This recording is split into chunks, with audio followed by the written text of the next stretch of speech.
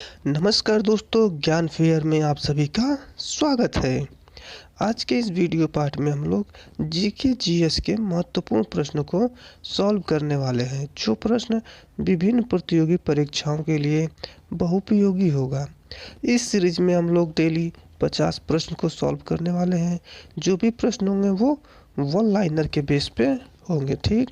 तो अगर वीडियो आपको पसंद आए तो प्लीज़ चैनल को सब्सक्राइब कर दीजिएगा, वीडियो को लाइक और शेयर जरूर कर दीजिएगा, ठीक। चलते हम लोग अपने क्वेश्चन पे आगे। पहला क्वेश्चन है, प्राचीन भूगोल का जनक है, अर्थात प्राचीन भूगोल का जनक कौन किसे कहा जाता है? तो वो हिकेटस, अर्थात प्राचीन भूगोल का जनक कौन है? तो हिकेटस है प्राचीन भूगोल का जनक। कौन? हिकेटस, ठीक। दूसरा क्वेश्चन है आपका, मानव भूगोल के लेखक हैं, अर्थात मानव भूगोल जो है उस मानव भूगोल के लेखक कौन है? तो वो फ्रेडरिक रैटजेल है। कौन? फ्रेडरिक रैटजेल है मानव भूगोल के लेखक, ठीक।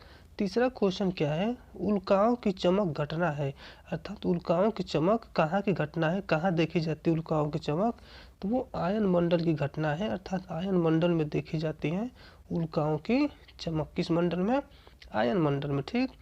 चौथा क्वेश्चन आपसे पूछता है कि माओरी आदिवासी पाई जाती हैं, ये जो माओरी आदिवासी हैं वो कहाँ पाई जाती हैं? तो वो न्यूजीलैंड में पाई जाती है माओरी आदिवासी। कहाँ?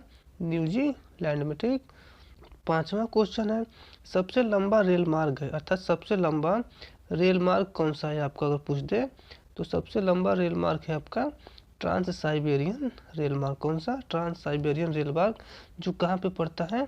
रूस में पड़ता है ट्रांस साइबेरियन रेल मार्ग। वो दुनिया का सबसे लंबा रेल मार्ग है, ठीक।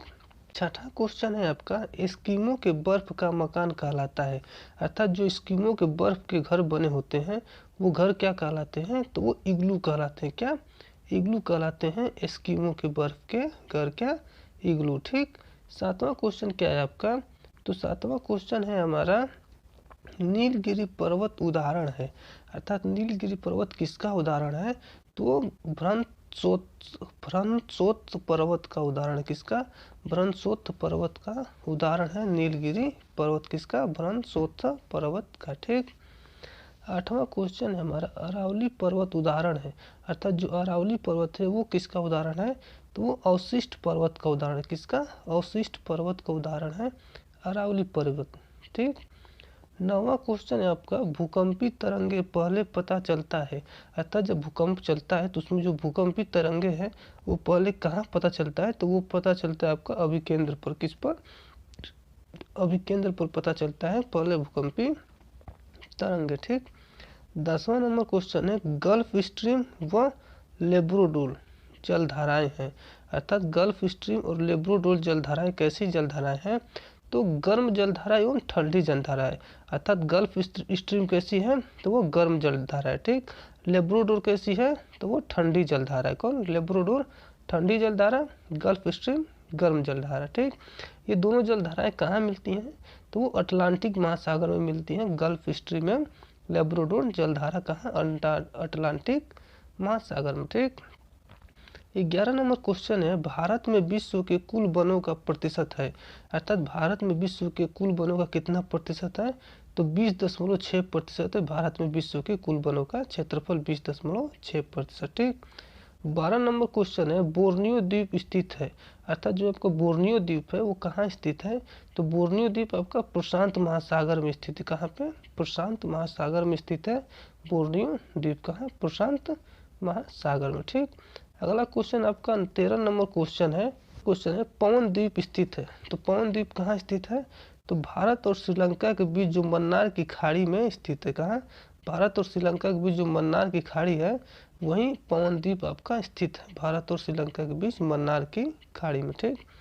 14 नंबर क्वेश्चन है आपका, देशांतर की सर्वाधिक दूरी होगी, अर्थात जो दो देशांतर है उसमें सर्वाधिक दूरी कहाँ पे देखने को मिलेगी? तो भूमध्य रेखा पर सबसे ज्यादा देशांतरों की दूरी देखने को मिलेगी, ठीक। 15 नंबर क्वेश्चन आपसे पूछ रहा है कि दो ज्वारों के बीच समय अंतराल है, अर्थात जो ज्वार उठते हैं उन दो ज्वारों के बीच समय अंतराल क्या रहता है? तो 12 घंटा 26 मिनट का समय अंतराल रहता है ज्वारों के बीच का, ठीक।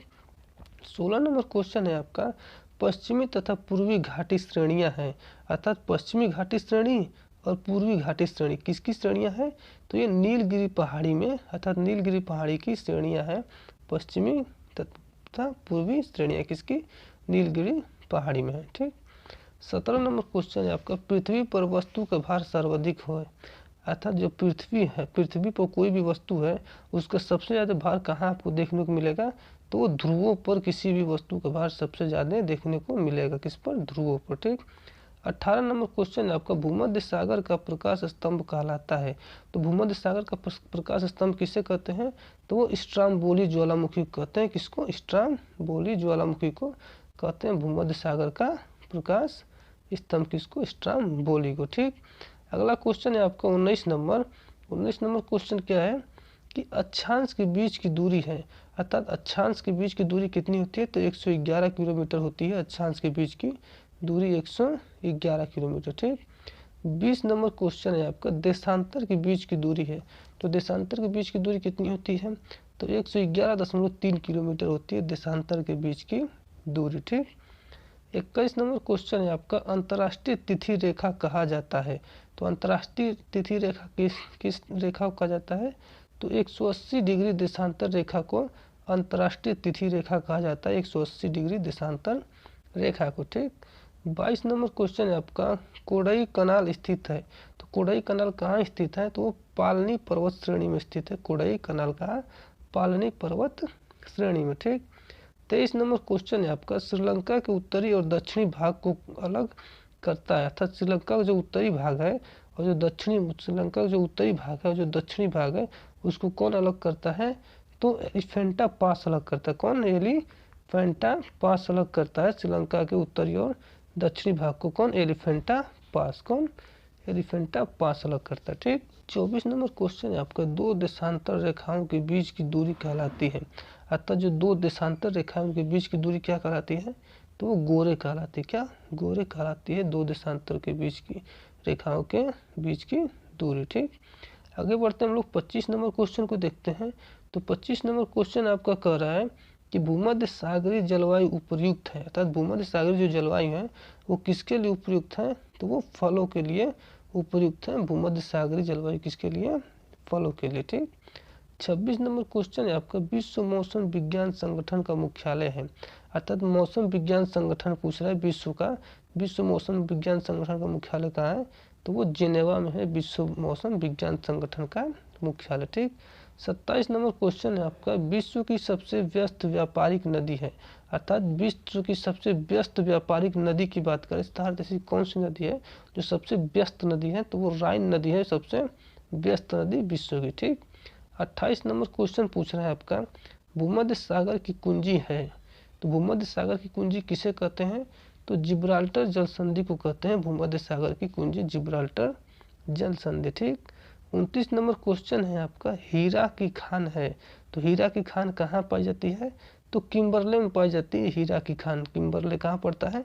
दक्षिण अफ्रीका में पड़ता है किम्बरले, वहीं आपकी हीरा की खान पाई जाती है। ठीक। 30 नंबर क्वेश्चन है आपका, सोने की खान है, अर्थात सोने की खान कहाँ पाई जाती है? तो सोने की खान पाई जाती है आपके जोहान्सबर्ग में। कहाँ? जोहान्सबर्ग में सोने की खान पाई जाती है। जोहान्सबर्ग कहाँ है? वो भी दक्षिण अफ्रीका में ही है। अगर एक तरीके से देखें तो हीरा की खान या फिर सोने की खान दोनों कहाँ है? दक्षिण अफ्रीका में है सर्वाधिक। ठीक। 31 नंबर क्वेश्चन है, सर्वाधिक वर्षा अंकित की जाती है, अर्थात सबसे ज्यादा वर्षा कहाँ देखी जाती है? तो भूमध्य रेखीय क्षेत्रों में देखी जाती है सबसे ज्यादा वर्षा। कहाँ? भूमध्य रेखीय क्षेत्रों में, भूमध्य रेखीय स्थानों पर सर्वाधिक वर्षा देखने को मिलती है। ठीक। अगला क्वेश्चन है हमारा 32 नंबर कि अखबारी कागज का उत्पादक देश है। तो अखबारी कागज सबसे ज्यादा कहाँ उत्पन्न होता है? तो वो कनाडा में उत्पन्न होता है, अर्थात सबसे ज्यादा उत्पादक देश अखबारी कागज का कौन है? तो वो कनाडा है। ठीक। 33 नंबर क्वेश्चन है आपका, लक्षद्वीप का सबसे बड़ा द्वीप समूह है, अर्थात लक्षद्वीप का सबसे बड़ा द्वीप समूह पूछ दे तो वो है मिनिकॉय। क्या है? मिनिकॉय है लक्षद्वीप का सबसे बड़ा द्वीप। ठीक। सबसे बड़ा द्वीप कौन सा लक्षद्वीप का? तो मिनिकॉय है। ठीक। 34 नंबर क्वेश्चन है आपका, एशिया की सबसे लंबी नदी है। तो एशिया की सबसे लंबी नदी पूछे तो यांगटीसी कियांग है एशिया की सबसे लंबी नदी, यांगटीसी कियांग। ठीक। 35 नंबर क्वेश्चन पूछ दे तो वो सर्वाधिक भूकंप आते हैं। तो सबसे ज्यादा भूकंप कहाँ आते हैं? तो प्रशांत महासागर में सबसे ज़्यादा भूकंप आते हैं प्रशांत महासागर में। ठीक, 36 नंबर क्वेश्चन है आपका, रबर फसल है तो अर्थात रबर कहाँ की फसल है, अर्थात कैसी जलवायु की फसल है रबर।